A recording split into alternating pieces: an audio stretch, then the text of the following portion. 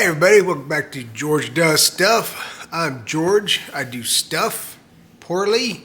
I am the proprietor of the Worst Knife Review channel on YouTube, of which you're watching right now. Enjoy. I like to start off the way I always do, thanking my subscribers. I never ask anybody to subscribe to this channel. I don't ask anybody to like this channel or any of my videos. But those of you who do, I very much appreciate it. And you keep the ball rolling, man. It's you are the wind beneath my wings. That being said, if you're not a subscriber, I hope you enjoy what you're seeing. That's all I can say. I hate people who pander for subscribers and likes. That's not what I do. This is just for fun. We're here to have a good time, and that's why we're here. And we're going to get started. So this knife is the second knife that I have purchased at the behest of my subscribers. I had a subscriber suggest this knife to me. I believe it was a young lady, which is super special because I don't think I have more than 2 ladies that watch this channel. So I appreciate you. If you weren't a lady, then I'm sorry I got your gender wrong, but I still appreciate the knife suggestion. So as people may or may not be aware, I have a problem with the Ozark Trail series of knives. I don't like them. I have many reasons why I don't like them. I have a lot of people who don't like me because I don't like them. And I'm a big boy. I can take it. Trust me. But I will say that those knives are garbage knives, and I stand behind that. And I have some very good friends of mine whose opinions I respect and love, and they love the knife, and I think that's great that they do, but it is not for me. That being said, here is a contender for its spot. This is the Camilius Horizon. This is a knife that I know nothing about. I'd never heard of this brand until one of my subscribers or one of my viewers suggested this knife to me. It has everything I'm looking for in a knife. It's got, we'll get down to the brass tacks on it. But this is actually the unboxing. I have not taken this out. I got this at Palmetto State Armory. I tried to get it at Walmart. Apparently this knife used to be under $10 at Walmart. It is no longer, at least anywhere near my neighborhood, is no longer available. But this is a direct competitor for the Ozark Trail. And so let's get her open. Let's see what she looks like. What do you say? The Camillus Horizon. Roar. All right. I don't know why I did that sound effect. Halloween is about, I don't know, 7 months away. Oof, long time. All right. Ooh, we got an instruction manual. That's important because you might not know how to open and operate a knife. It is very difficult. And this one's like, wow, it's got a whole, good grief. That's not even the knife we got. All right, great. We'll look at that some other time. There's the box. This is the fancy bubble wrap it comes in. And holy wow. Wowie wow wow. Well, wowie wow. I like this. It feels really good. I believe the scales are aluminum. No, the scales are actually stainless steel. So it has a very, very big heft to it. It has a pocket clip as listed in there. It's got a deep carry pocket clip, actually. Looks pretty good. Nice shape to it. Oh, it has a little shape of a knife in there. That's it. Look at the knife. It's got a little nice clip. No springy funness. Has a nice lip on the clip to save your jeans, which is very much appreciated. It's not too rough, you know. And I know people might not know or care, but I mean, the harder it is to manipulate a clip, the more damage it's going to do to your jeans. However, this thing is very well smoothed out and machined.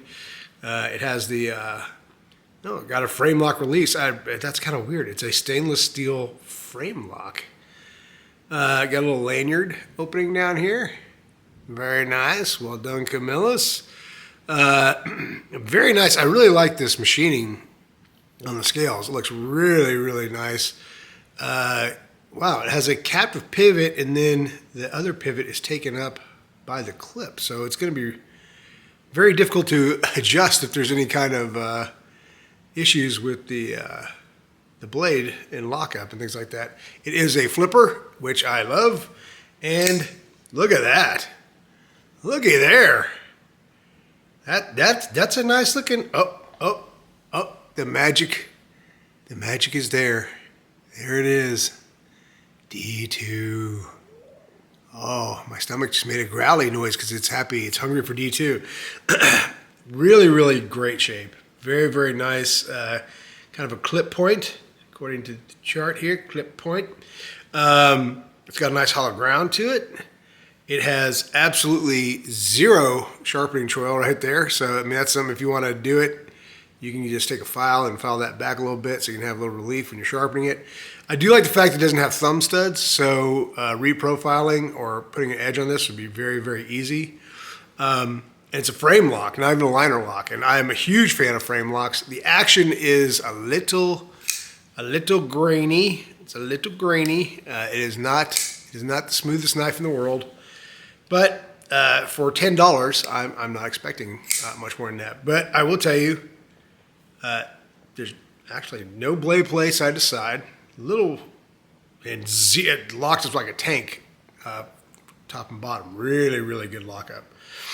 I have a feeling that this will break in and probably get smoother the more you play with it. It's really not that bad.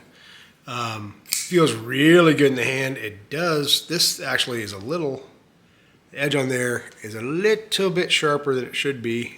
I mean, it's sharp. It's actually plastic or some type of polymer. And I mean, that's something I'll probably file off. That takes about 4 seconds with a decent piece of sandpaper, and that'll be gone almost instantly. Other than that, that's really nice little finger grooves in there. And I always am a huge fan of flippers for just this reason, because it kind of gives you a finger guard. Zero jimping, which, hey, at least they're not faking it. That's good. Basically pass-through construction, which is what I like, because as I mentioned before, if you carry this in your pocket, you don't get lint and stuff that piles up in there that makes it really hard to clean out. Unfortunately, it is tip down and not reversible. That is, you're locked in to carrying it that way. I'll be honest, I don't know if that's really be hampering if you're left-handed. It's just kind of where it's at. So this is kind of ambidextrous in the way that you open it. Because with the flipper, that flipper is just really good. I like it. That's why I like the action of flippers. If they're easy to articulate, it makes it a true one-handed knife. I mean, it's a knife that's very easily. See, that action's getting better. It's very easy with one hand just to open it, shut it. And like I said, hopefully that action will get a little bit better. It feels like it's getting a little bit better. It's not like you can adjust with the pivot with the freaking the clip there, but no, this knife feels rock solid. Again, D2 steel, stainless steel scales, nice milling. The price on this, I got it at Palmetto State for $9.99. Unfortunately, because I just got one, the shipping for it was the price of the knife. I think it costs $11 to ship it and $10 to buy it. So it turns out to be a $22 knife. But I will tell you, it feels worth every bit of $22, although it is not $22. If you live in the South Carolina area, you live near a Palmetto State store, you can go in and buy it. You don't have to worry about paying that shipping cost. Or if you get other stuff, you can add this to it, and it probably will help out. We're gonna back up. Well, I think we're okay. I think it's all right. And we're gonna do a little surprise, a little size comparison, if I can get it spit out. We have a returning champ that has not been on the channel for a while. We have the Benchmade 940, the full-size one, not the 945, which is a small one. The most underrated knife I think I own, the Deca Hogue in Magna Cut steel. Great knife. You can see how this is kind of in the sweet spot as far as knives go, at least as far as my knives go. I mean, that's really quite the perfect size, and I'll put the dims up there, and of course a reminder with the price as well. Also, just so you guys know, it's storming pretty bad here in Dallas, so oops, I revealed where I am. It's storming pretty bad here in Texas, and I might live in the Dallas area. There's no way to tell. So if you see a flash of lightning, that's not my fault. Blame the elements. We have my new probably favorite knife, definitely my new favorite EDC, and the one that it dethroned, my 15-year veteran paramilitary 2. Just fantastic knives all the way around. And again, you can see this really fit. It's a little bit, it's part of a para 3 size. These is kind of dwarfed a little bit by these two knives, which is kind of ironic. And last and least, no, I'm just kidding. Last but not least, I should say, we have two guys from QSP. We had the QSP Penguin, which I love this knife. This is aluminum scales with S90V steel, which is my favorite steel. And we have my actual EDC when I am on the road, because I don't take my big knives with me on the road because I don't want to scare children and small animals. This is the QSP Parrot. Very, very underrated knife. Great knife. It's a $35 knife, D2 steel. Awesome. And you can see it's this knife is actually bigger than both of those offerings, which is kind of nice. I think it really kind of hits a sweet spot as far as the dimensions go. The build quality feels solid. It doesn't feel obviously as solid as those other knives. They're much, much, much more expensive. But I think it easily feels as solid as any of the Ozark trail knives.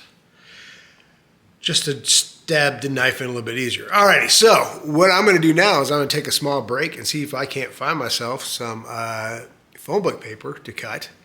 And I'll have a little something to say about that as well when I get back. So don't hold for any editing. It's not, see, my hands disappear, so you can't tell when the edit. All right, and I'm back. I magically found some paper to cut. Woohoo!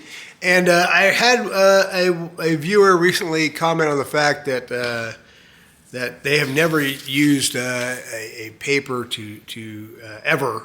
They never cut paper with their knives, and they're talking about the fact that they work on shipping boats and all that stuff. And I'm like, well, the moral of this story is if your knife can't cut paper, it's not going to cut fishing lines. So I never said this is the end-all, be-all as far as telling you how well a knife performs. But it does tell you whether or not your knife knifes. And if your knife can cut paper, you got a decent edge on it. That's been my moniker. You can do, the old put on your thumbnail, and if it doesn't slide off, it's sharp. Well, I don't think that really tells you much of anything. You can feel the edge, and I can feel this edge feels pretty good, which is a good sign. And I might be surprised. It might not be that great, but cutting a piece of phone book paper is not an easy task, and if your knife is not sharp, then it won't do it. So this is not a bad test, people. Relax. All right, here we go. Oh my. Monkey. Yes, it does feel like there's a little hitch in there. It might actually be some grease or something left over from the manufacturing process, but all in all, yeah, that's she's a slicer. So yeah, all right, that passes my test. It's not the sharpest factory edge I've ever got, but it sure is an Ozark Trail, which can't do that. It flunks that test repeatedly and consistently, I should say. So yeah, that's it, folks.